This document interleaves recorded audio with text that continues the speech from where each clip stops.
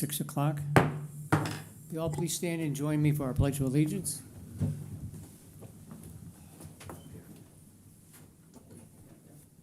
I pledge allegiance To the flag of the United States of America and to the republic for which it stands, one nation, under God, indivisible, with liberty and justice for all.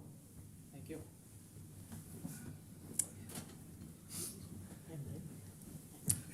Okay, down to business. FOIA publications note has been published for the Freedom of Information Act. We have two minutes to approve, one for the workshop we did back in March, and the other for our regular meeting at that time. Are there any modifications or changes anyone wishes to make? If not, without objection, the minutes are approved. Thank you. All right, Excuse me, can we do something about the sound? is it vibrating? Yeah, it is on my There's a microphone. lot of it. A lot of feedback. Where's our sound engineer? Is that all right with you all out there? Can you hear okay? All right, It's just up here, I think. just up here. Wherever. Well, try to hold it down. Anything you want to add to the agenda? If not, the agenda is approved. We're going to go forward.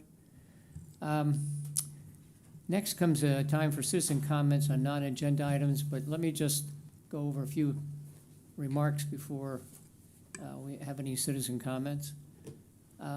If you would like to speak, please submit your request to speak to Community Development Department Administrator over here. You'll be allowed 3 minutes to speak. The commissioners will respectfully listen to your comments. At the podium, please clearly state your name and address for our records. Please in turn be respectful of the public forum that you are in. This public meeting is recorded and therefore becomes a matter of public record, as does all correspondence on any issue directed to county officials. Please try to avoid repeating comments if they've already been offered. Please place your cell phones on silent mode. If you need to speak with the caller, please step outside the room.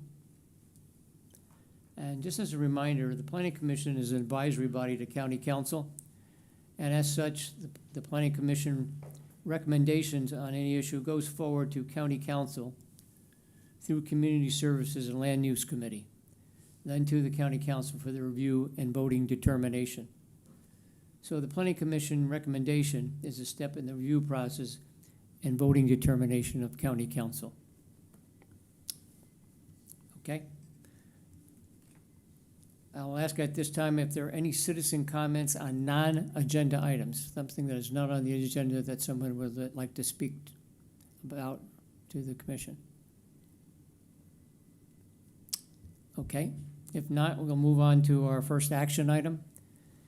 Action item number 7, consideration of an ordinance amending the zoning map for 4.73 acres located at 26 Eustis Landing Road from T2 Rural to T2R Rural Center.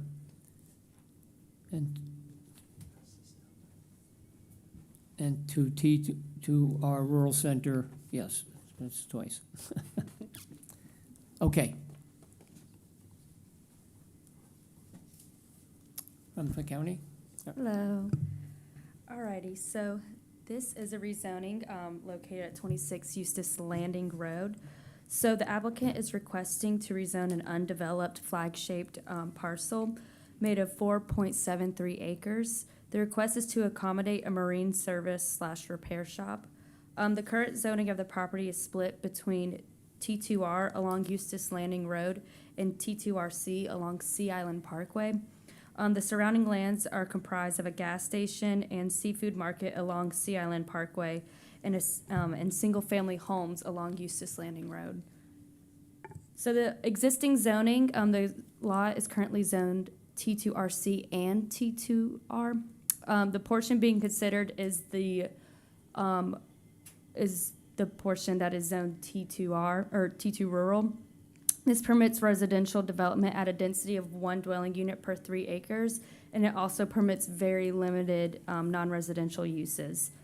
The proposed zoning district is T2 Rural Center. T2 Rural Center applies to areas that are in the immediate vicinity of a rural crossroads or other important rural intersections where service and limited commercial uses can cluster in more closely spaced buildings of residential character. Businesses such as general retail, bar, tavern, general office services are some of the permitted and conditional uses. So this application did not require a TIA, so we don't have to go over that. So then I'm going to go through I believe it's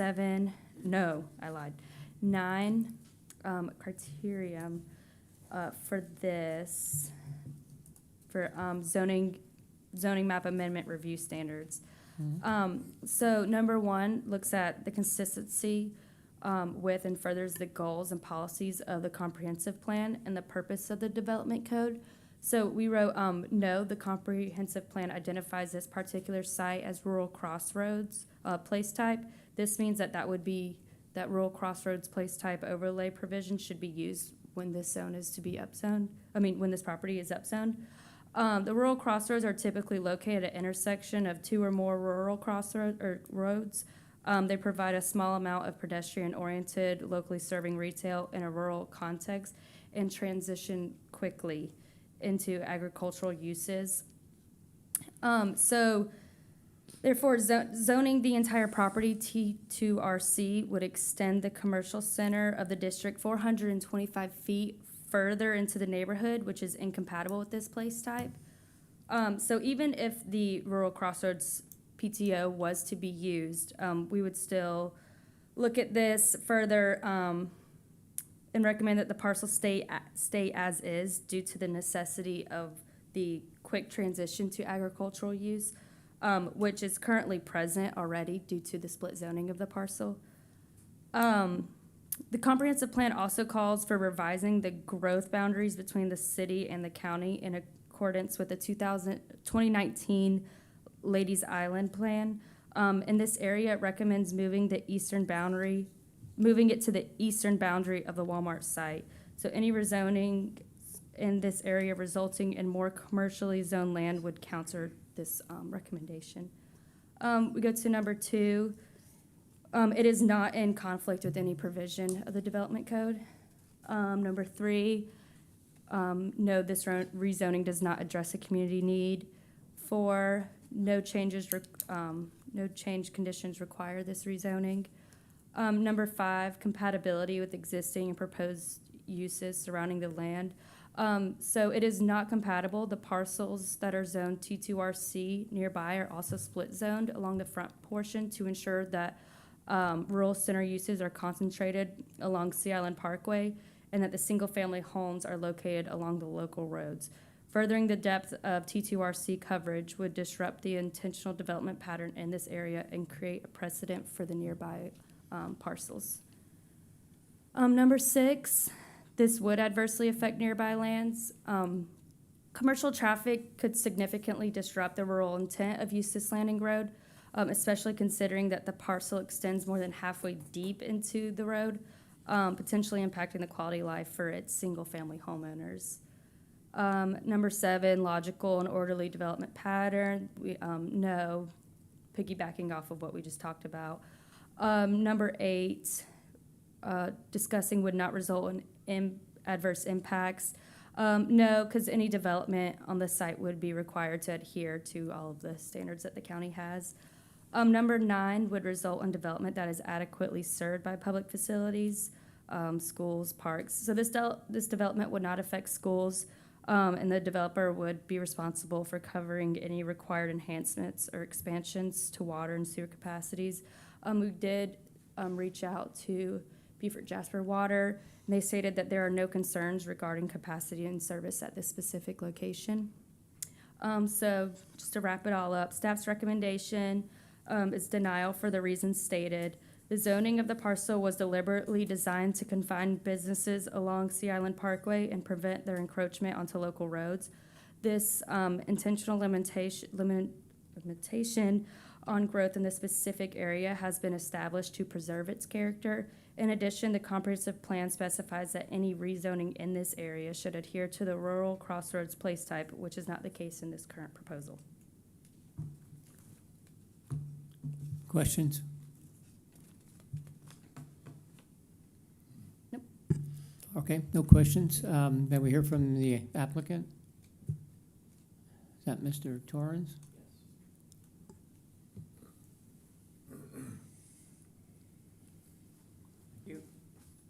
Hello, my name is John Torrens. I live at 62 Harding Street here in Beaufort. I've been a resident of Beaufort County for 23 years, and we like it a lot down here. So, my business is currently located at Dawtaw Island Marina, where we service yachts and boats of all different sizes. Before moving to St. Helena, we were located on Hilton Head Island.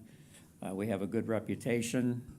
We won the best in Hilton Head 4 or 5 times, which is a yearly event taken for the public's opinion on the type of service that we provide and how we are to do business with. So we're proud of our reputation. And we have a need to expand our operation, expanding it by having more office space to work with. And I believe that the location that we've selected and have a purchase agreement with the owner is a great place for a number of reasons. I disagree that there is not a need for our service in the area. We have a 3-month backlog for work to get done. My biggest challenge is finding technicians who want to work. If anybody has any ideas, I'll give you my cell phone number. We believe that the property is well suited because it is right along the main highway. There is a light there, so it would not cause any problems with people coming in and out of the business. We're proposing a building with a setback maybe a little bit further back than what the gas station is, but that's just to allow easy ingress and egress from the highway there. We do not plan any entrance to the business along Eustis Landing Road. The only caveat there might be that the fire company might want an additional road like they do in many businesses in case of a fire. They would have the key to the gate. So the property is level. It doesn't require taking down any trees, and there's already a drainage facility there behind the gas station. If we were to have a road there to suit the fire company, that's the logical place that it would be, right behind the fenced-in area, which is a drainage pond. So I'm happy to answer any questions that anybody on the panel has, or if there's somebody from the public that has questions. We did send a letter along with our application. I'm not sure if that was sent out to anybody that was interested, but we do have copies here if anybody would like to see about the history of the company. We're a small family business, and we have been looking for a couple years for a piece of property that would suit the business and is something we could afford. We're a small company business, a small family business. We are not a developer. We don't have deep pockets, but we believe that this piece of property would do the job for us. And we do see a need for servicing and some short-term parking of boats and RVs. We are a dealer for RV equipment as well as boats. And there's, as you know, Beaufort County is a very attractive place to visit, not only if you're a boater, but if you're traveling. A lot of people come through here with their RVs.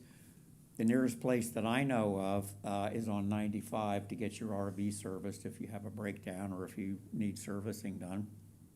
And the boaters around here obviously speak for themselves. We've got 22 years of clientele buildup, and upon canvassing them, we got nothing but positive responses that that would be a great place. So, does anybody have any questions? Sure, I have a question. Yes, ma'am. I'm a little confused about the RV portion. Mhm. So will that be, I think under the ordinance, it requires that repairs to boats or vehicles of any kind Yes, have to be in a building. yes. So We are do- you proposing, because I didn't see that in the letter that I received. Oh. Is this like a Butler building, a shed? I mean, This, tell me, this because an is- RV is a big thing. Yes, it is. It's a prefabricated building, and the site is pretty well suited to a 60 by 100 building. That's 6,000 square feet, roughly. That would include our office spaces and bays that the vehicles and boats can be pulled into for the work. So there wouldn't be any noise outside. So you're not parking boats on trailers or RVs outside of this building, either after they've been serviced or while people are away or before they're serviced? Yes, they would be parking while we're waiting either for parts or, yes, so there would be parking. That would be behind the building. Well, up The at the only- gas station, for example, there are often, tree service, landscapers, units with the, the bucket trucks and so on, Mhm. SE&G or whatever up there. So you would, and maybe there are 4 or 5 parked behind, or in the cemented area of the gas station. Yes. So you would expect that at your place? Yes, So there would be some on-site visible parking there? yes, yep. And we're well aware of what we would need to do to conform to the requirements, and we're all for that. We operate a very clean operation. We always did that on Hilton Head Island, and we do that at Dotsaw Island currently. We run a neat and clean shop, orderly service area, and abide by the rules, so. One quick question. Sure. The access, if it's not off Eustis Landing, it's on the other side of the gas station? I forget, Hudson Road? Yes, or- it would be on the main highway. Right Sea off Island of- Parkway, of, yes. 21, Yes, right alongside of the entrance to the gas station. down from Eustis Lane, out Yes, toward the beaches. right between the gas station, there's a seafood market Sure. there. There's a kitchen designer company there, go and there's down there. another business going in next to it. So that's where our business would be, right between the other three. Because and you the gas- mentioned the light, so that's not at the light, that's actually. No, the light beyond is at Eustis Landing Road. Right, Mhm. but your egress and entrance and so on is beyond the light. Yes. So you wouldn't be dominated by the light or controlled by the light. There'd be a bunch of Correct. left turns going there. Yeah. And is there? The good thing about that light is it does slow down traffic there. Sure, but because- is there, a third lane, what, we who live out there call the suicide lane, is there a third lane so that you can pull over and your customers can go to a center lane and pull left, or is it a hard left? I don't remember, to be honest with you. I don't believe there is. I don't think there is either. I don't think there That's is, my question, because yeah. it's not at the light, actually, I mean, the Right, yes, site the is next- at it the would be light, the next lot But what you're down. saying in egress and so on is Mhm. not at the light. Correct. Okay, great, thank you. Mhm. I've got just Go two ahead. quick Yeah. questions. When you do the maintenance work on the boats Mhm. and you want to test run the engines, where would you perform those tests at? That would be done inside. Like we, if they're done out of the water, then primarily those would be for outboards, and we have several large containers that you encase around the motor so that you have water for the cooling, Right. and they would be run inside. Okay, and you're planning on having some type of noise issue containment within the building itself? The building will be insulated, Okay, so. That's not necessarily noise. Insulation is just for heating and cooling. Mhm. He's asking whether you could put noise dampening stuff in. That's the word. I was looking That will for. have a pretty serious dampening effect, yes, it will. All of the bays will be closable with doors. We need to have it lighted. Not sure about air conditioning right off the bat, that would be ideal, but that's a huge expense. I'm not sure if we can air condition the whole building to begin with, but the office spaces would be, So it would essentially be open bays in the summer unless it was air conditioned? yes, To where you'd be working on that? yes. Mhm. So there could possibly be noise issues outside of the building? There could be. Okay. I will say that with the motors submerged in water like they are, which is where the exhaust comes out in the water, there's not a great deal of noise. Hmm. About probably half the decibels of the trucks going up and down the highway. Okay, and were you also gonna be doing work on the RVs as well, or was that Yes, just? yes. Okay, so That what would be type of servicing and repairs. what type of noise containment issues would you have with those? Less than a truck going up and down the highway. Okay, and then also around this building, based on the development code, you have to have a fence that's completely opaque going around that particular area. So with the houses that are in that particular area, obviously, many of them, I rode out there, I've ridden out there a couple times and looked out there, the houses would actually still have their waterfront view, but many of these homes have their front view would now be facing just an opaque fence with a large building behind that fence. Okay, correct? well, actually, I only saw one home there that would apply to, and they are right on the water. Okay. There were 7 homes out there. Right, I exactly. rode out there today. I was there Okay. yesterday. And do they face Sea Island Parkway? No, they face Eustis Landing Road. Right. Eustis Land, okay, all right. Yes, there are some on the opposite side of the road, that's correct. Well, on the opposite side of the road, and then actually behind that property that are on the marsh itself, Exactly. Okay. right? Okay. I know of the one home back there, I don't know that there's more. Yeah, there's a few. Okay, Okay. all right. So yes, also we plan to, like I say, we run a clean, neat operation. Appearance is very important to our business. So we'd be receptive to putting up some additional shrubbery or something like that along with our security fence. Okay. We want to keep the neighbors happy. We are neighbors and we have neighbors, so we've learned that it's best that we get along with everybody. I get you. That's all I had. Yeah. Yes, sir. What about the waste oil? How do you plan to handle that? The same thing that we have done for the last 23 years, we have it hauled away and disposed of. The same thing with used batteries. We are very conscientious about hazardous waste. And we have a small fee built right into our billing that covers removal of batteries, waste oil, other contaminants that need to be disposed of. So we would not be relying on the county to provide that service to us. We have a commercial company that takes care of that for us. Do you have an above ground or underground storage tank? Above ground, Above ground? 50 gallon. It's pretty small, they come regularly. 50 gallons doesn't hold much when you. No, it working on doesn't. A bunch of RVs. No, it doesn't. Okay. Other questions? I have a general question, I think it would be for staff, but I'll wait until this part is Okay. done. I have a question. Yes, sir. Well, certainly a comment first. Certainly, RVs and boats are a Beaufort County is a destination for RV and for boats. Yes. By the indication of your backlog, I would imagine the growth in Beaufort County that it's going to continue. What are your thoughts on the limits or controls for short-term storage and parking of boats waiting for repair in this 3-month backlog? My thoughts are we'd like to keep them moving as much as we can. Ever since COVID, now the supply line has improved, but it's not unusual to have a boat sitting for 3 months waiting for parts from Europe or Asia.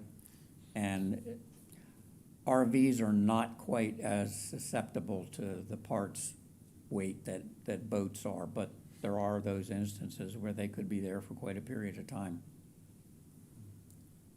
So it would be your intent not to have short-term rentals, so to speak, for boats or RVs, but only ones that you were actively in the repair status for. Well, I don't, no, we would like to have short-term rental space as well. There are people who only use their RV on the weekend, the same as their boat. More so the boaters are looking for a place to keep their boat.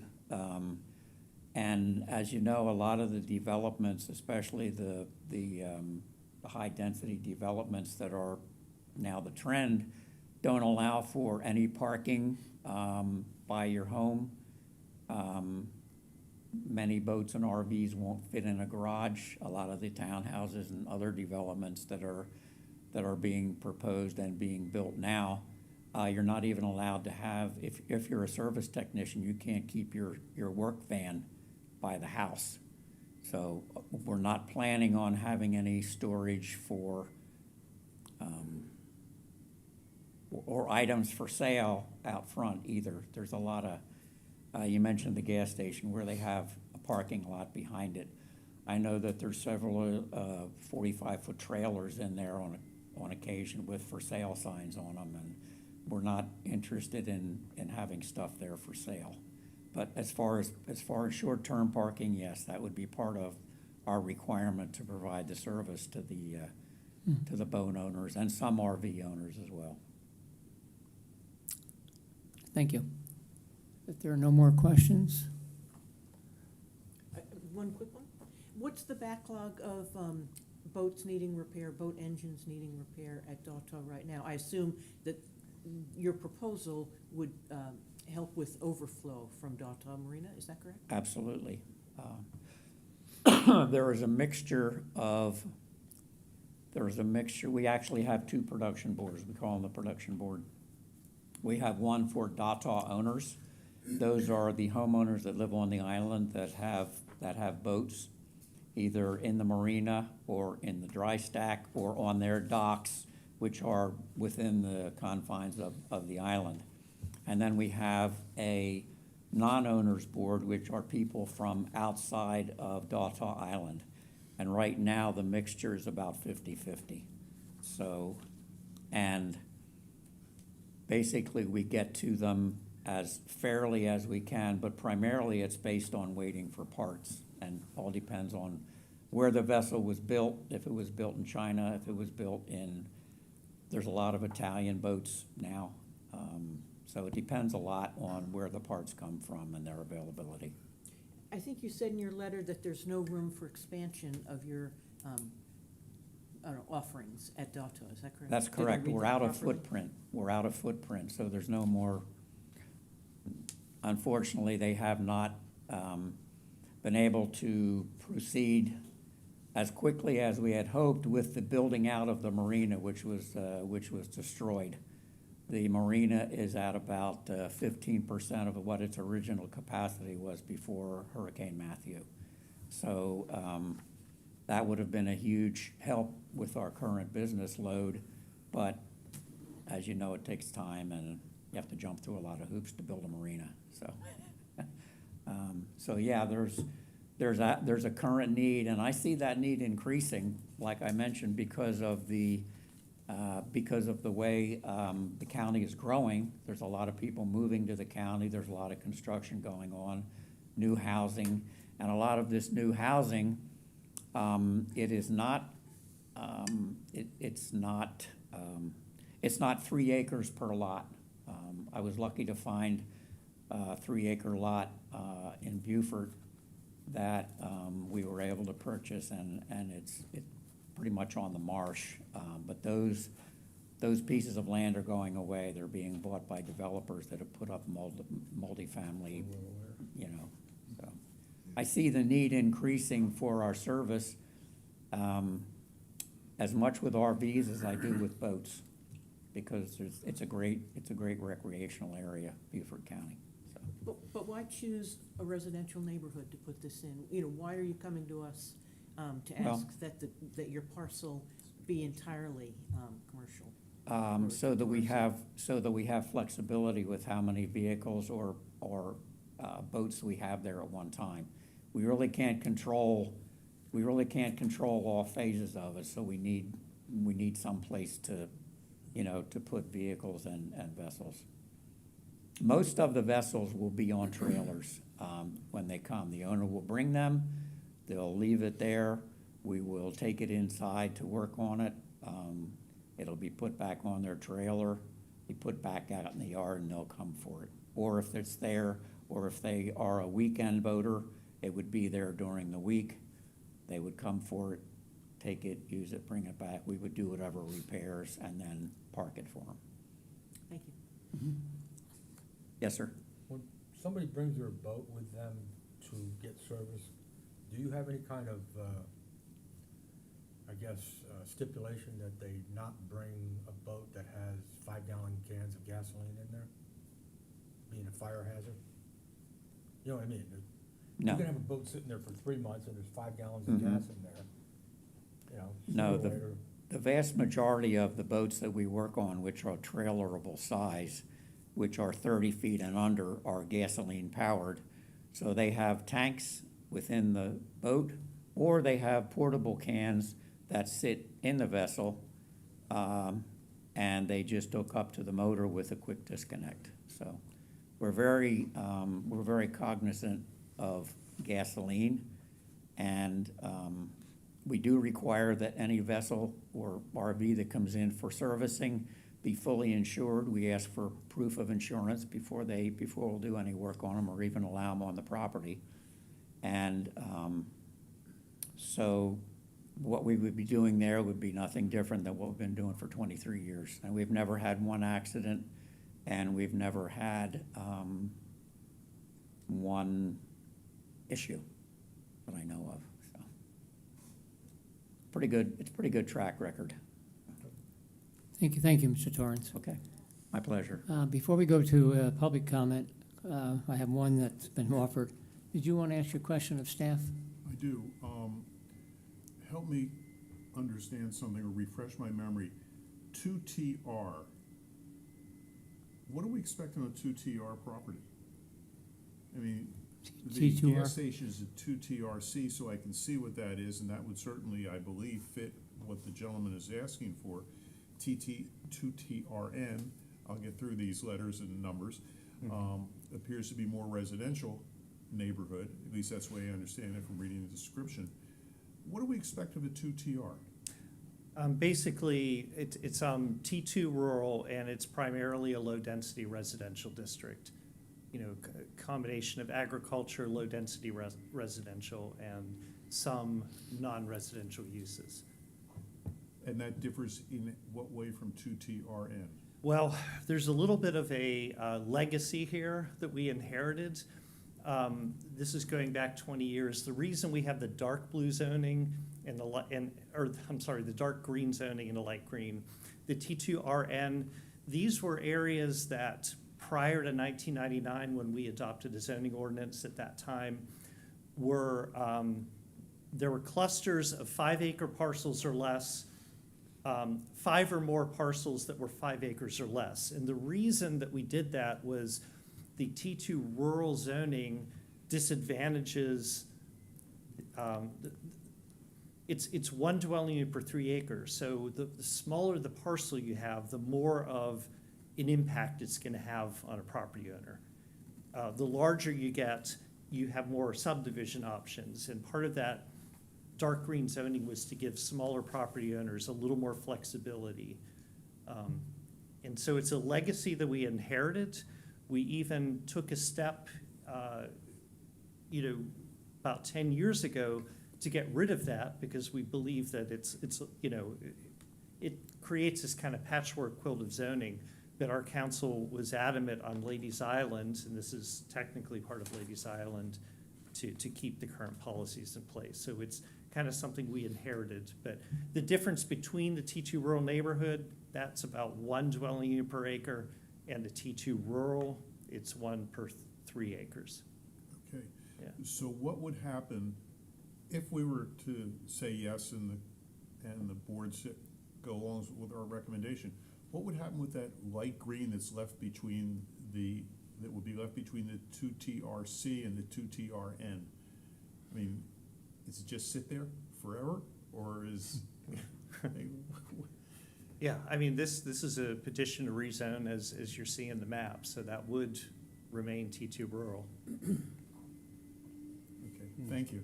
Okay. Yeah, John. Rob, while you're up there, I had a quick question. I know we haven't seen a lot of place type overlay applications since it's a fairly new tool in the toolbox for us. But the ones we have seen, because of that designation, the applicant has prepared what I'd consider a little bit more detailed of a plan that helps us to see where access points are, where hard surface versus open space, et cetera, is. Was that not something, excuse me, required for this application? Well, we talked about this, Kristen and I, today. You know,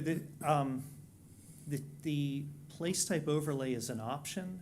This is identified in our comprehensive plan as a rural crossroads place type. And so the current zoning with a mixture of rural, or T2 rural neighborhood, and T2 rural center has a pattern of zoning that would, already meet that objective of a rural crossroads. We don't believe that, this area has to be rezoned to meet that objective. And the other issue, and this was kind of a substantive issue as far as if this, considering this as a rural crossroads, typically the commercial development, it is close to a major road and doesn't go deep into the neighborhood. And this would introduce commercial uses deeper into the Eustis community. And so that was one of the reasons in our staff report we recommended not moving forward with this amendment. Thank you. I guess the only other thing I wanted to just say is a lot of the conversation, I understand that we're looking at the impact of this rezoning, but any use that is allowed in T2 Rural Center could locate on this property once it's rezoned. And a lot of the issues as far as where the bay doors face, the type of screening, all of those are handled at, if they should move forward for a development permit. So we do have a lot of standards that address those issues, and I do realize that those questions are asked to inform about the impact it would have, but this is a straightforward rezoning from one district to another. So, we have to look at the implications of any use that could be permitted in that district. What were some of the uses for T2RC?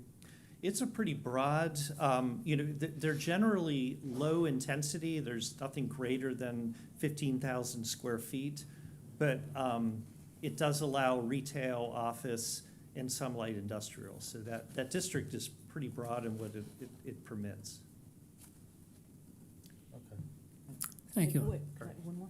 Yeah. To follow up on what John said, in the staff's report, one of your comments was the precedent that this sets for going deeper into areas, away from Sea Island Parkway and to the potential of rezoning those. So my question is, how many are on your docket? I mean, is this one of 10, do you think? Is it one of 50? I mean, what's your notion of how, is it the first? That's sort of one question, if you give me some context. And the second is that I went down there the other day, and it's a very short drive from Sea Island Parkway to where the asphalt ends at the end of Eustis Landing Road. I mean, it's extremely beautiful down there, but it's a very short piece of property, or length of property, length of road, and maybe 15 homes. I mean, perhaps residents can, illuminate that. But a 6,000 square foot, building to house all of this activity, I don't think there is anything that is 6,000 square feet on that road. And perhaps, again, the neighbors can, help me understand it. That is, it is going to be as well buffered as it may be. It's big, it will stand out, and it is a residential neighborhood. So again, I'm wondering how many other applications have come forward that ask for the commercial potential coming off of Sea Island Parkway into a T2R neighborhood.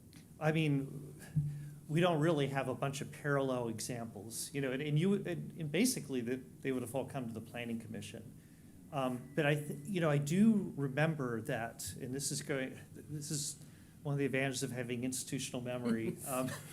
Way back when those commercial district lines were drawn in the Eustis community, there was an interest at that time to draw the boundaries so that they would take care of non-conforming uses, because there was always a little bit of a commercial center here. There was a gas station, there was, at that time, with Sea Island Tile, there's a feed and seed store, and so the idea was to draw the boundaries so that those would not be non-conforming. But at that time, and this is going back 15 years, many residents of the community came out and said they did not want to see this be an area where commercial could expand. They wanted to contain, and so we've kind of held to that rule, unless, and so that's one of the concerns, and we looked at something that is Yep. introducing commercial use deeper into the neighborhoods. Thanks. Okay, Okay, all right. thank you, Rob. Okay. For public comments, I have one. If you would like to comment, if any of you would like to offer comments, again, the process to see the administrative assistant over there on the side, fill out a form. I have Mr. Steve Dudley. Evening, board members. My name is Stephen Dudley. I live at 34 Eustis Landing. It was marked on the map that was previously shown. I'm not speaking or representing, but I have signatures, names, and addresses of 24 people who would be impacted by this project. Most of them have property that's accessed off Eustis Landing Road. A few of them have property that's directly across from the gas station or the proposed entrance into this business. Sure, yeah, we'll take that, sure. That'll be part of the public record. There are a number of these folks here that are residents and have signed that. Just to clarify, that small piece of our T2R property just toward Chowan Creek from the proposed rezoning is actually a residence, and the person who owns it is sitting in the back row there. We basically, speaking as an abutter, I basically mirror the comments that have been made by the planning folks earlier, that a rezone basically is incompatible with our neighborhood. It certainly does affect the rural character of the county, which is one of the tenets of this particular zoning. And I reiterate that, a plan presented now, if the property is rezoned, doesn't mean the future is forever that plan.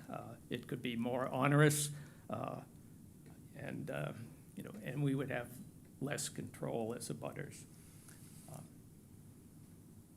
few things that haven't been brought up is that there is a septic system for that gas station that is actually in the proposed entry area, and county environmental would have to address the exact location of that. There are a few folks here that know more specifically. I do not, but if you wish to have more information, they can speak to that. We look at it. The other point is there is a school on Distant Island, which is directly across the road. There's a lot of traffic in and out of there of parents. There's not too many kids that walk anymore, so we have school buses, we have parents. There can be a lot of traffic there, and safety is certainly a point to be taken.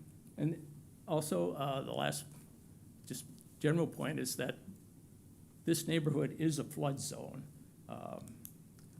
My house is stilted to be 4 feet above the flood zone, but looking out across that open space to Sea Island Parkway, I don't see 4 feet of elevation in there, so it's potential that that whole property could be flood zone. We feel that having this would degrade our neighborhood and the quality of the residential life that we have there.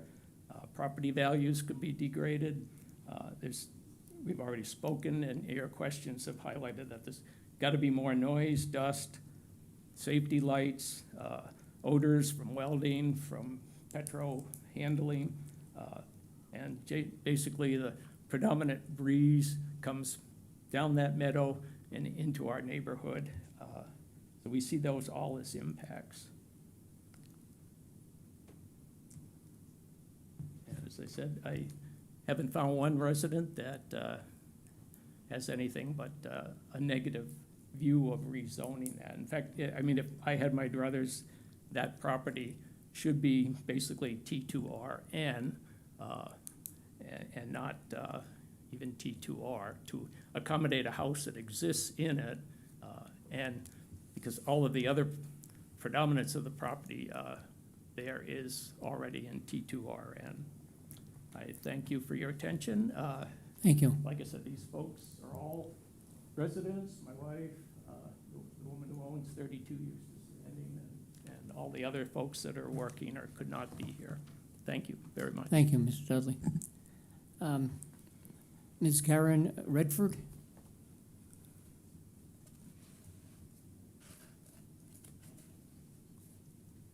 Good evening. My name is Karen Radford. I currently own 32 Eustis Landing. It was my father's property. He built it in the year 2000 when he retired. He passed November 17th. The property currently is in probate right now. However, I am the sole owner of the residency. It does back up to the land. I wrote most of my notes on that paper that I think was handed to you. When Dad and I would spend our time there together, you would see the turkeys come out and come through the field, the deer, the wildlife. I mean, it's a beautiful area. You talk about a fencing going up, an opaque fencing. You know, my question is, would that hide that? And the piece of land there, the green land, I do not know where the property line is there, and what that little green space, the light green space represents. If that's area that would still be left for wildlife. Also, when they talk about the boating, are they planning on using the road to go down to the boating, or will they just simply be using the road that comes in from Sea Island Parkway? Most of the businesses that do have businesses on the Sea Island Parkway, they do use an entrance in and out, with the exception of the gas station. It does have the driveway on the side. So I just implore, it's just such a beautiful neighborhood, and we have so many places here in Beaufort that are not green anymore. I just hate to see one more beautiful place gone to businesses, but I just implore that I hope that it does not happen for business purposes. And any other questions that I have, I wrote on that piece of paper, and I'm afraid I was doing that as the speaking was going on, and I do not remember. But I thank you for your time. Thank you. Thank you. Okay, any other comments? Okay, if not, would you come back up, please? It's Mr. Torrance, yeah. Did you want to respond to something you heard? Yes. Ms. McMillan, you mentioned that 6,000 square feet sounded big. I'm not sure if this was submitted, but I may. Yeah, we've seen that. Yeah, we've got that. Oh, you got that, okay. I believe if it's measured out, you'll see that the gas station has about that much under roof currently, so it's not like. I think my point was, I don't think any other building on Eustis Landing Road is 6,000 square feet. That could be right. You might be I was just trying to establish some context right. Okay. and how big it would be relative to the neighborhood. Okay, this isn't really labeled here, but that would basically be our building,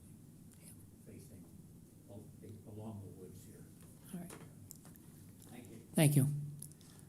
All right, this is up for comment by the members of the commission. If they'd like to discuss, do you have any comments you'd like to offer?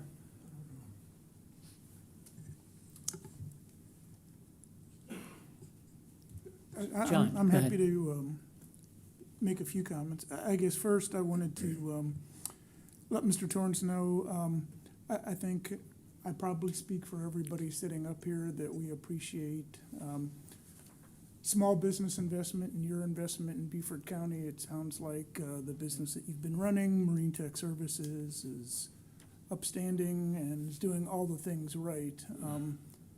Part of our job, as staff pointed out, is that when we look at these rezonings, we have to look beyond the specific use that you're proposing and consider everything that's allowable within that zoning district, because as was mentioned, the future's unpredictable and there's no telling what 10 years from now might happen to that site.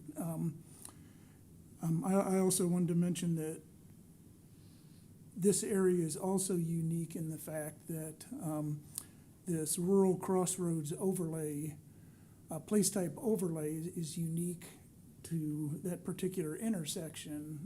And so as part of our comprehensive plan, there was a very clear characteristic that was envisioned for what would happen in terms of future land use and development within that area. And so that's something else that adds a unique layer to our consideration, is that we need to look at whether or not what's being proposed meets those criteria as well. So I just wanted to make sure everybody had a little clearer understanding of what we have to take into consideration when we deliberate. Thank you. Thank you, Ms. Henny. Anyone? Just briefly, and I'll piggyback on what John said. I think it's very important for us on the Planning Commission and for the county to realize that if a precedent is set, that opens the door for many other people to come in and try and do the type of zoning that's being asked for. Don't get me wrong, Mr. Torrance, I sympathize with you. First of all, I think this is gonna sound odd in a way. I think it's great that you're backed up 3 months. That means that you've got business and you're trying to continue your business. Unfortunately, I think that some of these businesses that want to go in, it has to be the right type of business in the right place. And based on what I saw when I went out there to look around, we have to look at the current residents. I know you're going to say, you want to be a good neighbor to these residents, and I understand that. I think we all want to try and get along and be good neighbors one way, shape, form, or another. But a lot of these folks have spent their entire lives building their little slice of America out there, and they want to protect it for what it is. You want to build your, expand your piece of America, which is the American dream, to have that business and help it grow. I understand there's rules that we have to look at. The rural crossroads, obviously the comprehensive plan tries to have a vision forward to make sure that businesses don't outpace the community. We want to make sure that we keep as many things in check as possible so that we don't frustrate the taxpayers and the current landowners that have houses. So I know for me, from what I've read and from what I've heard this evening, I don't believe I'd be able to support this particular zoning amendment. Thank you. Others?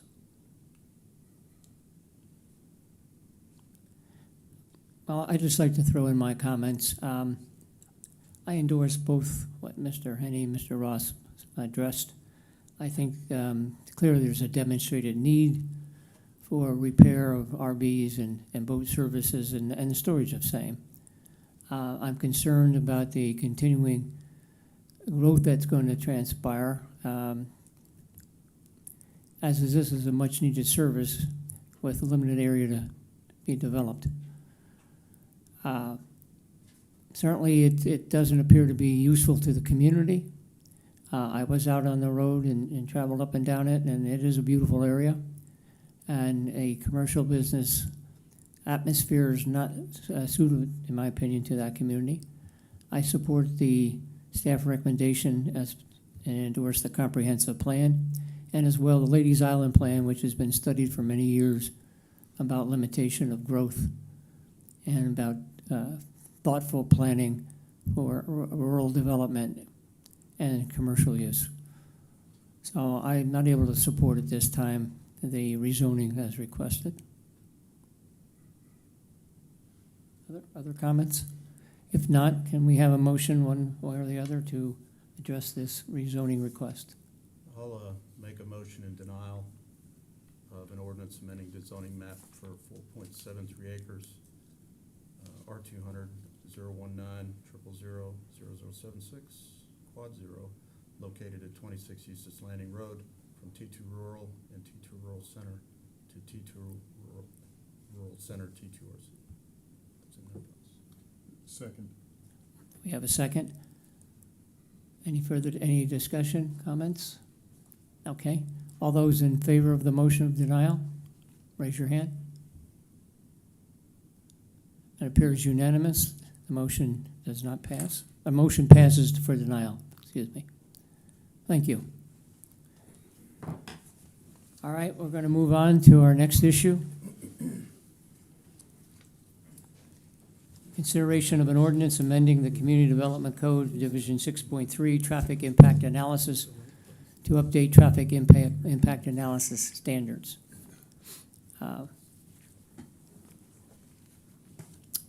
Would the county care to comment first, or the?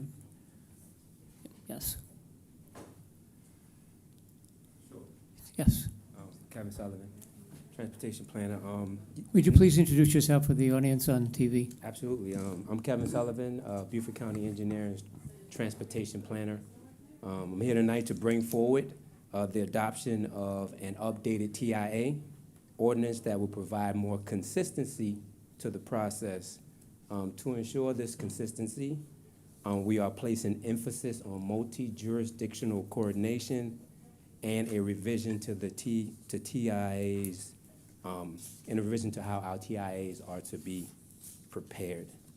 Tonight we have a slide deck to give an overview of the proposed traffic study ordinance to the commission. We have our on-call consultant traffic engineer here tonight. Her name is Ms. Jennifer Bill. She can facilitate us as we walk through this proposed traffic study ordinance. All right, thank you. Sure. What do you mean by on-call traffic consultant? There's a couple ways where we can procure services as a county. One of those ways is on call. So basically, she's on She doesn't call. work for the county, she works for a consulting company? Well, she actually owns her own firm. I see. Yeah, Okay. and she's contracted. She's contracted with the county. Okay, Yeah, thanks, sir. before the next speaker comes up, I have a question, general question. Sure. Has this proposal been reviewed with the municipalities, both within the Beaufort County and those that abut Beaufort County, like Hardyville or Ridgeland or even Jasper County? To answer your question, that is a yes. So It has been reviewed by them? Yes. Okay.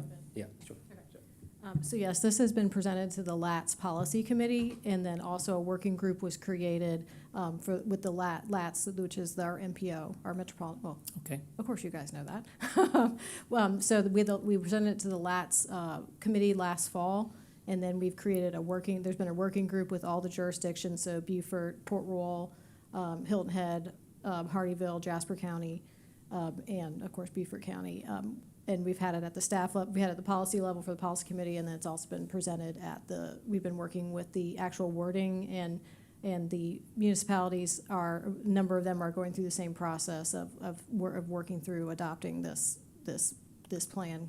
A couple of them they have tweaked the language a little bit, and some are going a little bit different direction, but the need from the policy level and at the staff level of having a comprehensive kind of look at how we do traffic studies a little more consistently in the region is what kind of brought this So is forward. it fair to say this is a low-country regional plan that's being implemented, or would be implemented? Yeah, many of the municipalities, and not all of them, but yes, many are adopting this kind of procedure of moving forward, of having the traffic studies performed for the county versus for a developer directly. So the traffic consultants, if you read the ordinance language, those traffic consultants would work directly for the county and the county would be the client versus a developer being the client. This is a model that's been done in the Charleston area and throughout the state. It's starting to there's more and more jurisdictions go this direction,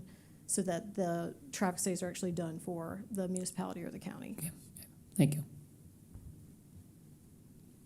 And do you want me to kind of go through an overview? Okay, yeah, so just this next couple slides, just kind of walk through some of this process. Rob, if I can get the next slide.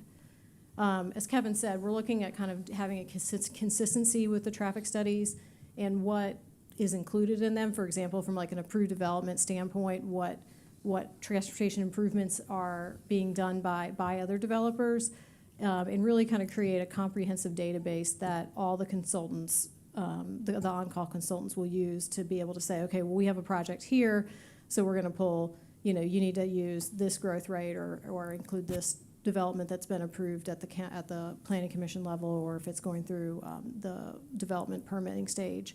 And then also we've got with 170 and we've got Jasper County and Hardeeville right there, that communication and making sure that communication continues to be strong as things get approved in Jasper County and Hardeeville as well as Beaufort County. So we have that communication. Next slide. And this kind of walks through what the process would be. And as I said, this has been in place in a lot of jurisdictions up in the Charleston area for a number of years.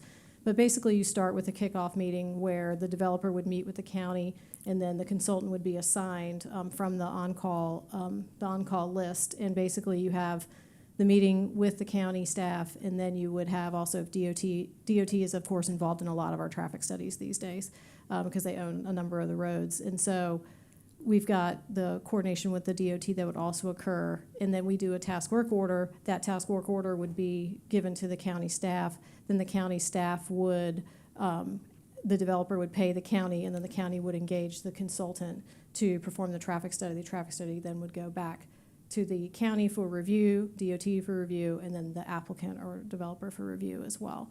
And so that's kind of how you kind of would work through the process of a traffic study submittal. Next slide. What this also does is update the ordinance language to get it in line with what a lot of the Department of Transportation standards are. So we would do traffic studies there's a series of, there's a couple different ways that you would do that would trigger a traffic study, but essentially you would have 100 peak hour trips. We look at the morning, that's 7 to 9 in the morning, 4 to 6 in the afternoon, time periods. If there's special uses, schools, churches, or if you're on the coast, Hilton Head, there may be other time periods, but those are going to be that AM, PM peak hours is what's in there. And so the ordinance actually, when you guys read through it, kind of gets into the details of like what is actually included in a traffic study. Can I ask a quick question? Sure. 100 peak hours. Previously, it was 50. Yep. Mhm. Why? Yeah, why? Why did you become more lax before it triggers a TIA requirement? So it did look at 50, but with the Department of Transportation does look at 100 trips, and that's total trips. And I believe the 50 was looking at more, I think, a directional peak. And so this is actually your total trips for 100, but it does put you in line. It does put it in line with the traffic, with the South Carolina traffic ordinance, what we require for South Carolina Department of Transportation. And that doesn't mean that the county can't ask for a different type of study. We're looking at like a driveway if it's less than 100 trips, but this is that when you look at this like traffic impact analysis, it looks at the external intersections as well. So there is, if it's under 100 trips, it could also, a different type of study could be required. Yeah, there's a fairly large difference in what we would see at 100 trips here in Beaufort County, particularly around this neighborhood now, and what you might see in Hampton or Colleton or somewhere else that's much more rural, if someone were to go in there and build. So the flexibility, I think, is the key, but if it's outlined here at 100, is that, like you said, that's a set number. Where is that? Right, where is that? Where's that written? It says it could be adjusted. In other words, is it constantly set at 100, or can it be 50 for a certain area? Like, take right out here on Rebel Road. Say, for instance, someone wanted to build a development over here and it was allowed by zoning code, 100 might be worthwhile to look at. But if it's further up by the air station, 100 is not going to meet the numbers that, might find the need for more traffic signals or something along those lines. I'm not sure if I'm making myself clear or not. I'm not sure why we had to go up to 100 just because FCDOT said it now has to be 100 and we need to get in line with them. Not everything is the same color. Not everything is the same traffic flow in all areas of the state. So, and that's something that we can take as a comment from y'all that you would like it, if that's what your recommendation is at the end, that you would like to see it at 50, is the direction that you guys want to go. That's something that is something that we can look into, and in discussions with staff and kind of what we're looking at and what we've seen from traffic studies in the area. We felt we as staff, felt that was the 100 is the appropriate number to go. If you guys would like that Well, decrease, that would be. From my perspective, Mhm, sure. I think I can make a good point from you, Mr. Ross. Sure. You definitely made a very good point. So that 100 trips is, of course, a threshold. But in the amended ordinance, there is flexibility there. We actually have written inside the ordinance that based on the county engineer or the administration, the administrator and his or her designee, then definitely have the right of way if he sees, like you just mentioned, a community need, meaning that, okay, no, there's a development that's right next to a fire station right on 21. It doesn't meet the 100 trip threshold, but if the administrator and his designee see that it's a community need, then we will still perform a driveway analysis to make sure that, those roads surrounding the project and the other stakeholders like commercial developments and retail developments, and if it's a school nearby, the school walking, all of that is addressed. So I say that to say this: the threshold, we are proposing it to go up to 100, but we're not saying that we will back off our job as public stewards with respect to taking care of the community at the same time. I think that is very important. And it's interesting you say it, because I tried to do some research on this, and I even tried to look at the Institute of Transportation Engineers Trent Generation 11th edition, and obviously that's a $700 a year fee or whatever it is, and I know you guys have access to it. But us as planners and commissioners, we have no idea how these formulas are extracted from that, or what would actually go in, so that we might be able to have a better idea when something's presented to us. Don't get me wrong, you can come in and say, okay, we've adjusted this to 70, and I know I've seen them before where the formula is out there and it's a lot of, circles and arrows and paragraphs, but a lot of it just doesn't really make sense. So we would probably want something maybe a little more, John's probably laughing at me because he knows I'm an idiot, but it's something that would be more, something that would allow us a little bit better understanding of how that traffic analysis number is I think I can derived. say for all of us, we're not traffic engineers, we don't want to be traffic engineers, but Yep. we do want to be able to understand what you're talking about. Right, Yep. right. I think that what I'd rather see in print is something more restrictive, Yeah, me like the too. 50. Me too. Me That too. we can waive, or our staff can come back and say that 50 is really not appropriate, that we think that 70 or 100 is more appropriate for this situation. At least we have that number to start with, of the 50 that we Right. can waive. Yeah. But if you come in at 100, then all those things below it, even though the intent is to look at it. There you go. Yeah. And I'm glad you mentioned education, because I used to be involved in education, and it's almost like, hey, let's dumb this down. And that's, I'm tired of dumbing down in society, so, I'd like to see the 50 back in there in hard black and white, that type of. Yeah, with some indication of flexibility depending on the circumstance and a further review that might be required to make it possible. I mean, I think about our major corridors, the 170s and so on, 50 might be too much for a little strip mall that wants to suddenly appear somewhere on Highway 170. And every piece of land between 278 and Snake Road is pretty much up for grabs. And There's a lot going on. And that's something that we can take back and discuss with staff and, get their thoughts on as well. Remember, it is 50 total, so it's 25 in an hour or Right. 25 out if it's got a Right. 50-50 split. But I don't think we can just cookie cut it and say, yes, this is what it's gonna be at 100, particularly in different areas throughout the county. I think what we're all want is we'd like to see a little bit more flexibility instead of a hard and fast number. Okay. And a better idea of how that Yeah. formula is derived on what the engineers have decided that it needs to be that number. So I'll take a little side note to your question about how that's developed. So the Institute of Transportation Engineers, they have, yes, the big 700 pages, very, very, very large group, and we continue to add uses as it goes on.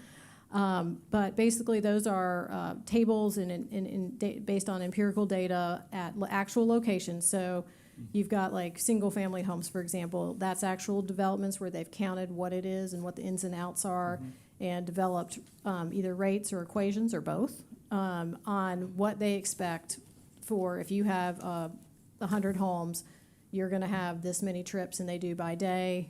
They do by the ones we look at mostly in South Carolina are daily, and then 1 hour between 7 and 9 in the morning, and then 1 hour between 4 and 6 in the afternoon. Those are kind of our three big ones, and particularly the last two, those AM peak hour and PM peak hour, are really the two that we look at the most for the most part. And so basically, you take that data and you see what size. Usually it's a land, so it's either going to be a square footage, a unit count. It could be a bed if it's a hospital, or something like that, whatever your independent variable is, and then you use those tools to estimate what we think the traffic will be for the site. And so basically then they can mix together, and there's much more complicated things that we don't need to get into, but and then some of the traffic's already on the road. If it's for commercial, if you think like a gas station, not many people actually do a primary, you just don't go to the gas station. You go to the gas station on the way to somewhere else. So you're already on the road. So there's a number of factors that we look at, but I think the important part about the ordinance itself is that it's being, the traffic engineering consultant works for the county. And so, versus working for a developer. And so that's been kind of the big change. The rest of the changes on kind of procedure or like what we're including, those are to get more in line, get the ordinance more in line with what's the expectation of a traffic study in the state. But we can definitely take back the comment on the uses. I mean, it'll just be more traffic studies which is fine, more traffic studies because more developments will trigger that 50 trips. I mean, that'd be the only thing that I could see that would. I thought you said earlier that the 100 peak hour trips is both ways and the 50 is one way? No, that was just, I think so this is the ordinance. So this way that we have it written now is that it's the 100 is a total trip. So that's in and out. So like if you have a retail development, you would have 50, that it would be trigger, that 50 trips in, 50 trips out, that equals 100. And so that would be what your total traffic, and that's AM or PM, either peak hour, is fine. And I'd have to check exactly the wording of the previous ordinance. A lot of the previous older ordinances just looked at a direction, so you just had to hit that 50 in one direction. And peak hour is what, 4 to 6 or?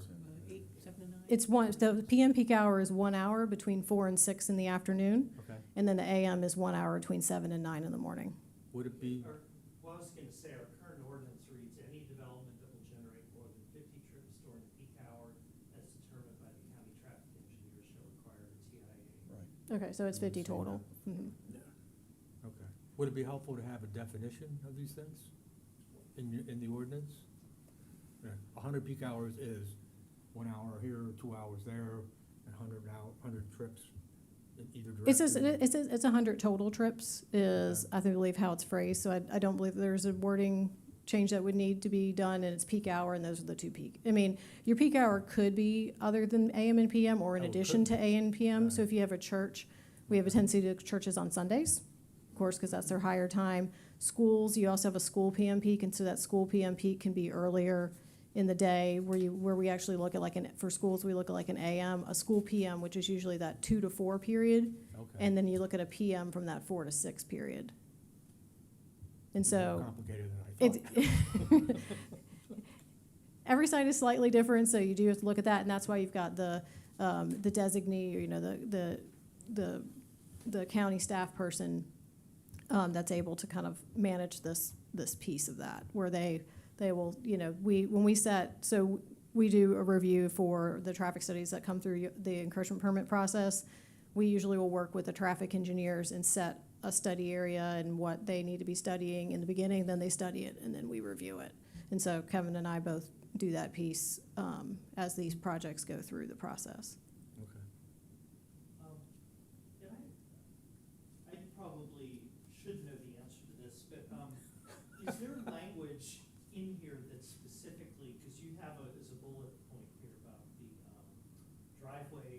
analysis may be required if it's less than the threshold. And that's language that we currently don't have in the ordinance. So I think, I think this is, they've already stated this, but it's allowing us to do an appropriately sized study for the size of the development. It's giving us Agreed. flexibility in that way. So in a way, we're raising the threshold. Is this kind of? So it's in here, it's, a driveway traffic analysis may be required if the trip generation is projected to be below the threshold above at the request of the administrator manager or his or her designee. Yeah, and I mean, so I guess what that's saying is that something less than 100 peak hour trips is less likely to be having off-site improvement needs, but it's gonna definitely have impacts on-site or how it interfaces with the street. And this is also just another point, is it's for new developments, but also if something is planned to be redeveloped, and that redevelopment is going to generate that additional trip threshold, that also triggers the traffic impact analysis. And yeah, in traffic TIA speak, we're looking at, I'm looking at my driveway, and then I'm looking at other intersections around, external intersections. Some of these, the ones that create fewer trips or projected to generate fewer trips, we usually will just look at the driveway. Do they need turn lanes? Is there an access piece? But we don't necessarily go at larger intersections out from where the driveways are located. So there's kind of like two levels of traffic analysis that we would typically look at.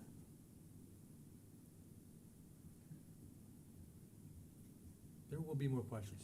Oh, yeah. That's what we're here for. We should at least let you finish your slide. Yes. Yeah, go ahead, finish your. There's not that many slides. I don't think Please there's only like finish maybe your one more slides. slide left. Behave yourself. So this does go, so I can either go into this in detail if you guys want like a quick little traffic engineering 101. But basically, what we look at is we look at the existing conditions, like what the traffic is like today, what it will be like in a no-build condition where you're looking at what's going to be in the future but without the project, and then you look at a build condition as well.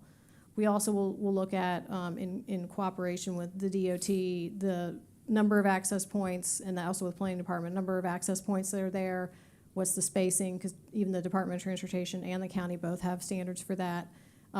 We'll also look at internal circulation in some cases, and then also look at the mitigation that is required as part of these developments, as part of the impact. And then, in that scoping meeting, if it's something special, like if it is a church or if it's something got some special type of drive, sometimes we'll look at drive-throughs a little closer to make sure the queuing doesn't queue out of the site. If there's something like that happens in that scoping meeting in the beginning. And Rob, next slide. And then this just goes through the 5 criteria of whether or not you need a traffic study to be updated or revised. And so this is really looking at, do you have, did you do your traffic study 10 years ago and now you're ready to develop, so now that one's good, how often you have to, really traffic studies are good for about a year. There's a little bit of leeway on that with development, but, generally they're good for about a year or so. And, that this kind of sets a standard for the county on when somebody has to do a new traffic study. So they can't just can't sit on a shelf and then be, sit on a shelf and then 5 years later, well, this is what I'm doing, because things happen. I mean, there could be developments that are being done like that have been in, or improvements that have been done that need to be considered. And so this just kind of sets the 5 criteria of what requires a traffic study update from a previously performed study. And I think the last slide just goes over kind of where we are. So as I said, we've presented to LATS. We've presented to the LATS policy committee. We've had the working group with the technical committee. We've worked on the ordinance language with the various departments, planning, and I believe legal's looked at it, and legal as well.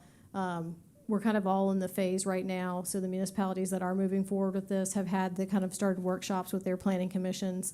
And so we're kind of at that, working on adoption of the language. And then once that's adopted, then it would kind of move on into the, we're creating a shared database. So we all kind of have the right pieces and parts to include in the traffic studies. And then, also of roadway improvements that are planned. Well, until recently, neither Beaufort, City of Beaufort nor the town of Port Royal had a planning commission.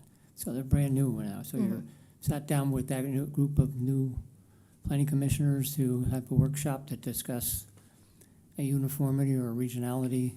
So I know that staff, Yes. so the staff planning representatives that are on our technical working committee are the ones that are bringing them forward to their various groups. Kevin has graciously offered for the county to county to attend them, but they've felt very comfortable. We've had about, I think, 2 or 3 meetings with the technical working group on this language and kind of what, any questions that they've had, and just kind of working through getting it. And there's as I said, there's a couple tweaks here and there with the different municipalities, but most of them have either tried, and some of them have just kind of rolled it into their most recent ordinances. What was their reaction to the 100 peak hour trips? They did that. I don't think anybody has had any issue with that we've heard. We're troublemakers. Really, all of us had, that was my first thing. Oh, no. We're deviants. To answer your question, Chair. Yes, sir. It was mixed. I believe one of the municipalities, they already have it at 75. They like it at 75. Another one of the municipalities pretty much are in lockstep with the 100. They feel as though the 100 actually speaks to what Mr. Merchant was talking about earlier. The off-site improvements and how typically at the 50 trip threshold, it's less likely to have a whole lot of off-site improvements. Most of the improvements are going to happen on-site, so they kind of understand that. So they're kind of in lockstep with the 100. But to answer your question, it's kind of mixed. Some like it, some like where they are, some weren't against it. Yeah. Well, my sense is that this commission is kind of looking kind of on a sliding scale and a flexibility and requirements, and now different levels of scale. For 50 it would be this, and for something less than that, a further review, and this would be necessary, and for 75, yet another review in order to make sure that there's a uniformity in overall development of a plan. Okay. All right. That makes sense? We can figure out a way to write that. Yeah, we can figure out a way to write that. Yeah, I wouldn't use the words I just used. I mean, I think probably, and we would have to go back to the other kind of stakeholders with this ordinance writing, but the simplest way may be just to set it at 50 and then adjust the study area accordingly, rather than maybe, you could still have the under 50 trips standard, and then maybe that would just be more of, when you have that scoping meeting, making sure the scoping is appropriate for that site. So you may do a scoping meeting, and maybe they only need to do the driveway even if they're over 50 trips. I think that just puts a little bit more in that phase. Okay. I'm gonna just say one thing that I guess is just, and it has to do with traffic, not necessarily impact analysis, but it's something that I've seen, and I don't know how familiar you are with Ladies Island Drive. Mhm. Ladies Island Drive goes from Ribault Road up to Sea Island Parkway. And over the course that we've lived here 8 or 9 years, 30 years ago when we lived here, there wasn't a Ladies Island Drive and a McTier Bridge. The speed limit starts at 45, it goes to 55, then it slows to 45, then it speeds up to 55, and then it slows down to 45 again until it gets to Sea Island Parkway. Questions have been asked, not necessarily by me, but folks, why the differences and why the changes in speed limits. And every time they've received an answer from SCDOT, and I've been in contact with Mr. Fralix on this a couple of times, well, we have to do a study.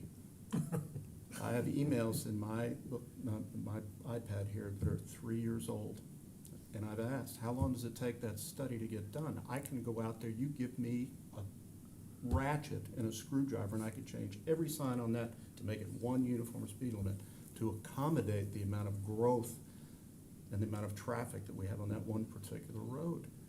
and it's absolutely insane. I've given up calling it Ladies on Drive. I just call it the Autobahn because there is no speed limit on that road. And I understand the traffic impact analysis is very important with new developments. My point being is that moving down the road, the traffic impact analysis you have today, even if the development begins, unfortunately, things are moving at a much more rapid pace than government can accommodate. And I think it's a challenge. It's a challenge for the residents in the county. And I'm not saying this is you, this is just a personal observation, and I'll get off my soapbox now. I need to- Could you go back to slide number 2 for a quick sec? You were talking very quickly, so what I'd like to know is, just to sort of follow the money in the contracts, could you just describe that again? Sure. Rob, next slide, I think is the one she wants to look at. Okay. So, right now you guys have on-call consultants that have been selected through procurement process for traffic and transportation services. And so how this. And they work with Kevin? And they work with Kevin and the rest of the engineering department, Jared and the rest of the team. And basically how this would work is that a developer or applicant would come in to request a traffic study be completed. And this is how it's formatted in here, and this is what's been tried out in other jurisdictions in the Charleston area. But basically the applicant comes in and they meet with either engineering or planning, and it's identified that they need to have a traffic study. They will submit some information about their development and a preliminary site plan. There'll be a meeting with staff, with the staff designee from the county, the developer, and then the selected consultant. And the municipalities and counties do it different ways on which ones they assign to who. And basically, you do a scoping thing, a scoping meeting. We go over the questions. Any questions there's further coordination with the DOT on a majority of them because the DOT was involved in a lot of these as well. Good, so far the county is paying for this? Well, The scoping meetings and all of this? let me keep going, and I think this will Okay. answer your question. So as a result of that meeting, quickly thereafter, there'll be a task work order involved. That task work order will cover the consultants, will cover that scoping meeting, will cover the analysis and basically the task of performing this traffic study for the applicant. That task work order goes to county staff. County staff will forward that to the applicant. The applicant then pays the county for that service, and then the county is the one that's contracted with the traffic consultant to complete the study. But who pays the consultant now, the county? So the developer pays, so say it's $10,000. The task work order is set for, it says, okay, this will be $10,000 to complete this study. That is then passed on. The county says, okay, applicant, it's $10,000. Applicant pays $10,000 to the county. Then the county goes under contract with the consultant, and then the consultant is then paid. That's just a contractual relationship with the county then pays that money to the traffic consultant is how it is. And there's not negotiation, that's just a flat, whatever the fee is the fee. There's not overage, there's not negotiation. The scope is defined in task work order, and that Mhm. task work order as defined in that scope is X amount of money.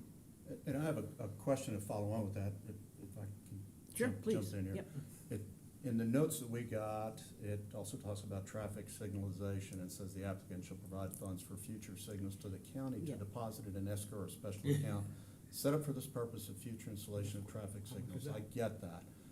Number one, would there be any type of cap on the escrow, or is that just gonna continue to blossom? Secondly, where will these funds be annotated in the budget? How is that gonna be held, and how will that be accessed? Third, who has the discretion to release those funds, and at what time, what other studies have What's to be the done? timeline? And is there a time limit for the funds to be held? I mean, is it ad infinitum? I mean, how long will these funds, and how will that affect the budget? Because people are looking at budgets nowadays, and they wanna know what that money's for and where it's going to. And Kevin might be able to better answer that, I don't know. I will give one part. So the traffic study itself, and then I will hand it quickly over to Kevin because that goes not into my area. the first part of that question is basically the traffic study will identify improvements that are needed to be completed as part of the development. Right.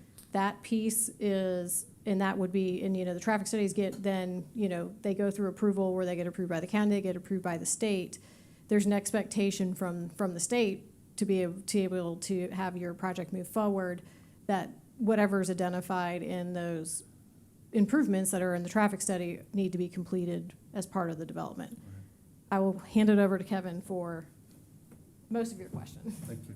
So, to answer your question, we will, follow the best practices, based on our procurement office. I mean, so we won't be operating in a silo with respect to the monies and how the money is being, held or being dispersed or how long they will be held. We will be working, in lockstep with our procurement office to make sure that we're doing and we're using the best practices there. So I know everybody here has heard of development impact fees.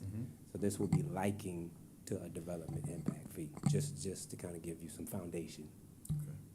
Well, how much? When you say impact fee, that could be $1,000, could be $100,000. Well, no, basically, I was speaking strictly to Mr. Ross's question about Yeah, the I know, but that was signalization part and of the his escrow. question. The His question was, how much is the escrow? right, And then who's responsible for it and all that, and I'm not getting that answer, right, I so, think. okay. right? What, Yeah, go there's ahead. gonna be a certain amount, because like I said, the questions that I had is number one, and you answered that, the procurement folks are gonna have access to those funds and be able to release it, so that'll be held within their budget. And is there a time limit that those funds will be held? I mean, there may not be any need for traffic signalization for 3, 5, 10 years. What happens to that money? Where does it go? Mhm. Well, that's the purpose of, and we don't want to beat a dead horse tonight, but that's the purpose of an escrow account, because we don't know when we're going to spend it. But of course, there'll be agreements in place, MOUs in place, and again, we would definitely follow all the rules with respect to how we procure the monies that come into the county. So the questions that you're asking, we could definitely follow up with you to give you the details. Yeah. But we will be definitely considering the best practices per our procurement office. Kevin, are you saying then that basically everything is individually negotiated as far as escrow fees and deposits, whatever, to be held? There's a separate contract for each one, it's not a standard contract? Well, as Ms. Bill kind of alluded to, like, the traffic impact studies will begin with a scoping meeting. So, Not the traffic impact, we're talking about escrow fees, et cetera, for, Signalization. right, signalization, whatever they are. right, These are once the traffic impact analysis has been completed, they've paid for that, that's done. right. The other part is all covered by a contract we develop with the developer. I hate using those words together. But it's put together with developer, and each one is a separate one as to how much is needed, because we may need traffic signals there, and how long it's gonna be. It's a separate negotiation goes on with that, or is that a standard practice that we have, where there's a standard form says, 2 traffic signals, it's $3,000 each. I know it's more than that, but, is it a standard thing, or is this something that? Maybe Jennifer can help with that.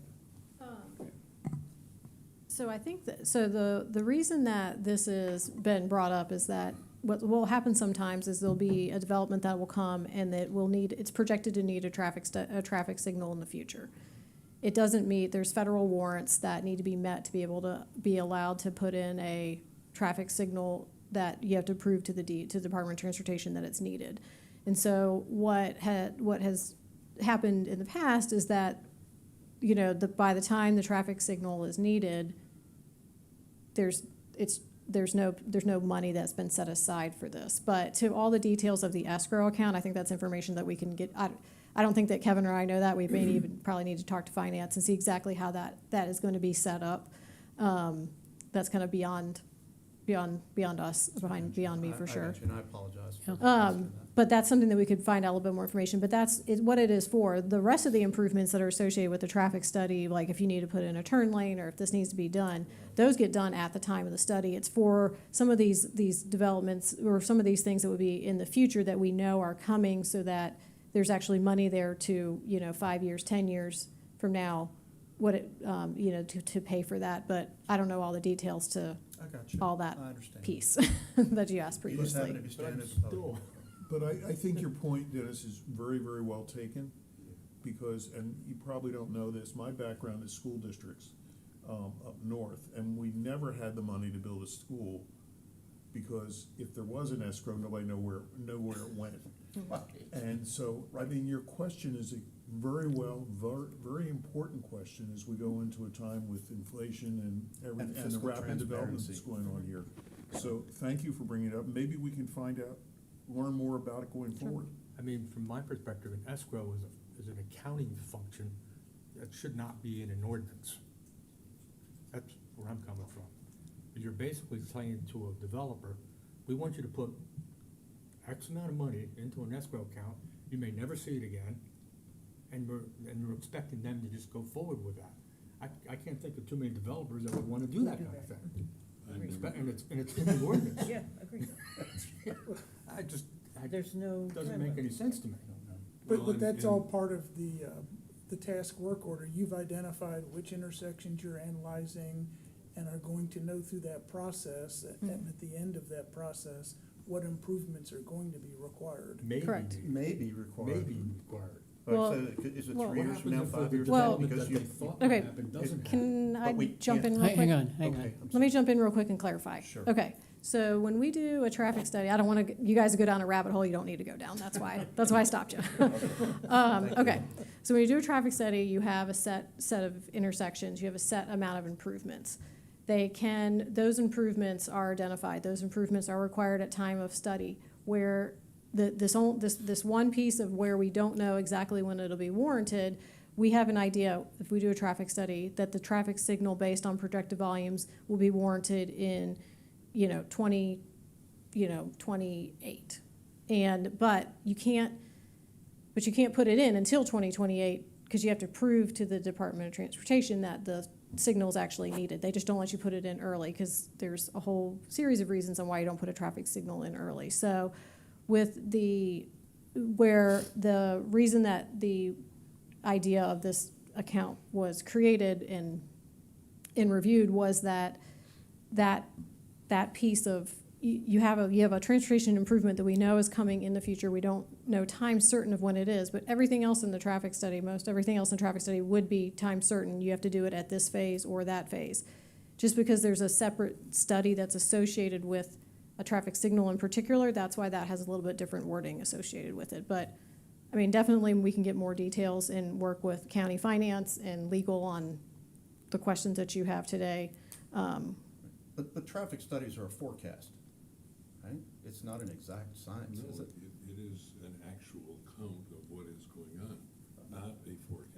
But for I mean, they're the future best, so they're the best estimate that we have to be able to understand the impacts of a development, Okay. or of a development or a change in development. So it's using the information, it uses existing information that's growing up, and then you apply using engineering judgment and analysis tools to give the best projection that we know of what's going to be needed associated with this development. So whether that's driveway turn lanes or signalization at the driveway, or if it's improvements at other outstanding intersections, those are all the different pieces that we look at when we do a traffic study and we analyze that. So it is projections, but it's our best guess. estimate of what we think the projections are going to be and what impacts are going to occur. Based on that development. And I guess my question would be, what if another development came in and the escrow funds were used for that and not for the present development, but for the proposed one that wasn't even on the planning boards? Hence, going back to the question, how long does the escrow last? Because I would take, as a developer, I would never agree to have my escrow used for a future impact of traffic that wasn't caused by my development. Yeah, that makes sense. And we can get you more information on exactly how the county would I think that structure needs to that. be defined, because Mhm. I don't know of any developer that would, unless he was Donald Trump, would do something like that. So, yeah, I mean, that's something that we can go back to staff and to the finance staff and get more information. Go ahead, Kevin. This is something that may, I guess, to use Mrs. McMillan's word, illuminate the commission. There was a project in Baltimore, Maryland. It's called Inner Harbor East. It started a long time ago, maybe like 10, 15 years ago, but it was a phased project. So they knew there was something that they needed to do. So a big traffic study was done. And for that big traffic study, the first thing the city of Baltimore said is okay, all right, you guys are gonna need a lot of water. Right now, our current water and sewage to this area is lackluster. So the first mitigation improvement for you guys' development is for you guys to renew the whole water system underneath this road. It's called Central Avenue. From Central Avenue all the way to Inner Harbor East, you guys got to make that improvement. So written inside the TIA was that's a mitigation. Along with that mitigation, they needed signals, plus a whole host of other things. But what they did is they came in like 24 months later, did the whole sewer system over. The development just stayed there. They didn't build anything. They didn't do anything. They didn't lay any foundation. It was just dirt for years. But to the point that we're trying to make with instituting this in our TIA, when you do TIAs and you have governmental policies and regulations in place and they're clear, then the developer already knew, okay, we're going to build this really beautiful, remarkable quote-unquote, globally recognized attraction one day. So they placed money in an account that just sat there, right? So when the time came for them to institute lights and to put in left turns and right turns and stuff like that, they didn't have to go looking for it. Plus they were in a TIF district. I know you guys heard of TIF districts. Plus they were in a TIF district. So a lot of the money that went to their mitigation was due to the TIF agreement that they had with the state. Long story short is that this is something that is not brand new. It is done all across the United States. But we will come back with more clarity and more information on timelines and how we as a county would be able to do it the way we would like to do it. But I think that story might, to Ms. McMillan's point, kind of illuminate how that works. I spoke about a sewer system that went underneath the road, but Mr. Miller was focused on a traffic light, just like Mr. Myers, the traffic light. It's the same premise. You know, something is coming. We know it's coming. We know it's going to cost this much. We're going to use this set-aside fund to handle it. We, the county, agree with the developer to do it, whether it's an MOU, whether it's some other type of arrangement, but that arrangement is signed and the parties both agree to it, and, you know, it gets done how it's get done. So that's just, you know, one instance of how that works. Good explanation. Yeah. Thanks. Mhm. Thank you. Don't forget inflation. Right. Projected. I'm sure they won't. Yeah. Okay, let's bring this up to the commissioners for any discussion amongst us about anything you'd like to say. About this? Yes. Yeah, a couple more questions for you. In the section 6.3.10, the part that's stricken, the first sentence says, against the county's traffic service level goals set forth in the Beaufort County Comprehensive Plan. In the new language, it never even mentions the comprehensive plan, and I was wondering if you should probably put that in there somewhere. You know, because you do talk about service levels that are part of the comprehensive plan. I think it's LOSD. Yes. And I was wondering if you wanted to put, you know, Yes. Yes. The two, the To- comprehensive plan and this ordinance should be kind of, To your comment, that remark can be replaced back into the ordinance. Okay. Yep. And then the second one I have is probably about 8 or 9 times throughout this thing, the new language talks about the administrator / manager and his or her designee, which the old language never even mentions. Right. And so my question really is of a general nature, which is, who is this administrator, manager, and or his or her designee? Why is it important to put it in this language? And couldn't we just say, as approved by the county engineering department, or traffic engineering department, or? We had conversations about that too. Excuse me.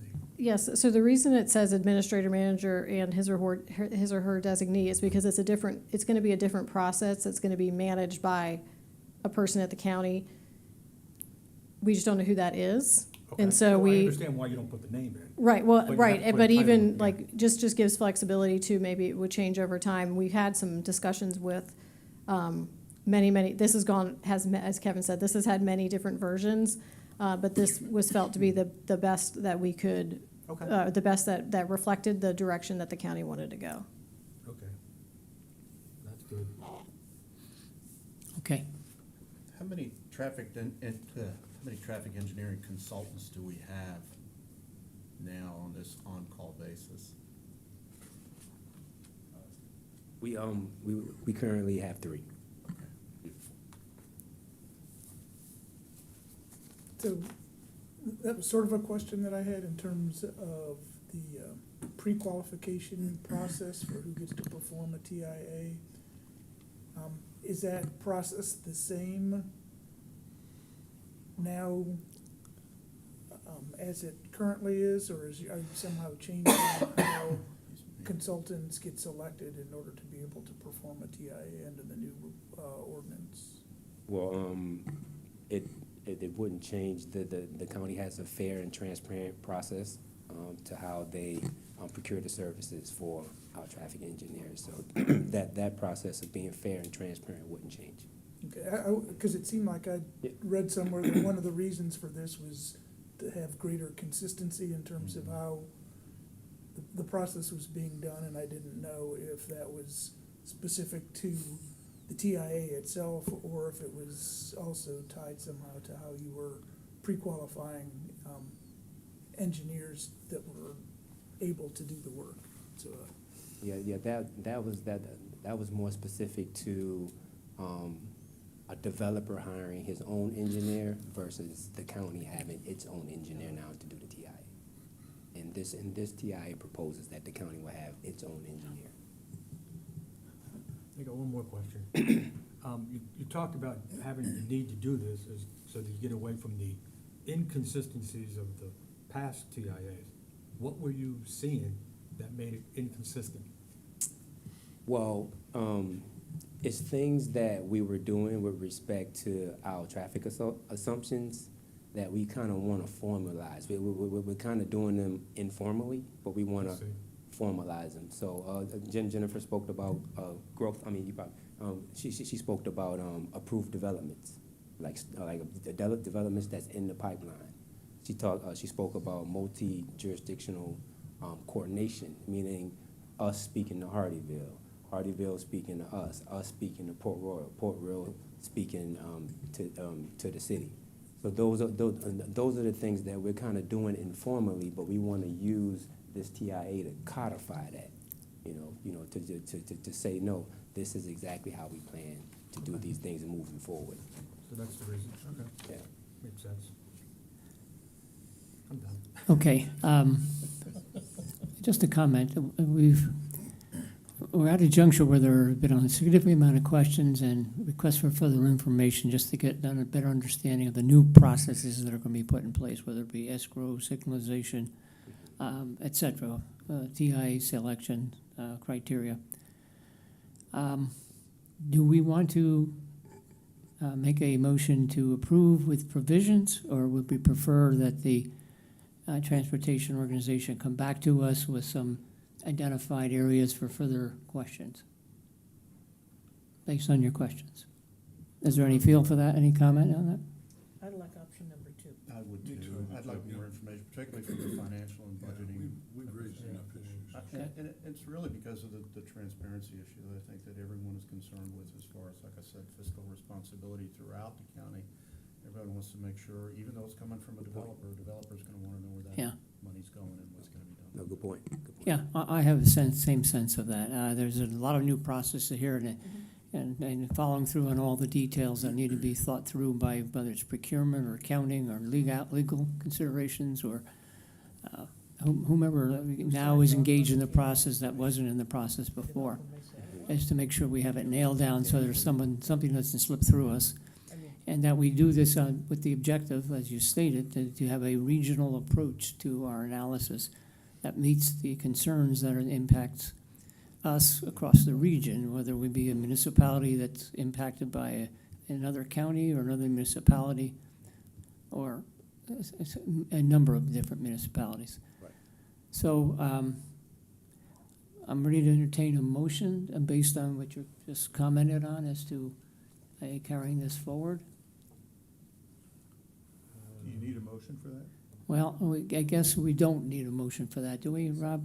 Should we take a motion on that?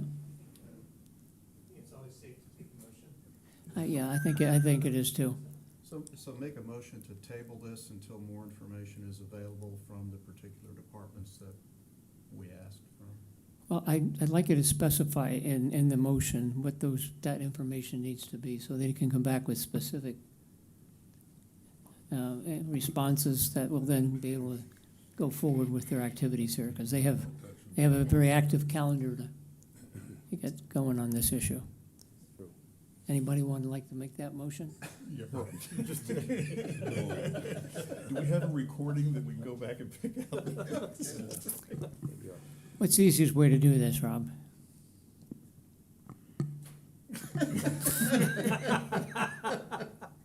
Scratch out easy. What's the way to do this, Rob? Here are the three things that I just was taking notes while Good, you were thank you. talking about last Thank you. piece. Okay, so there's three things that I think you guys mainly focused on. So we definitely need more information on the escrow piece.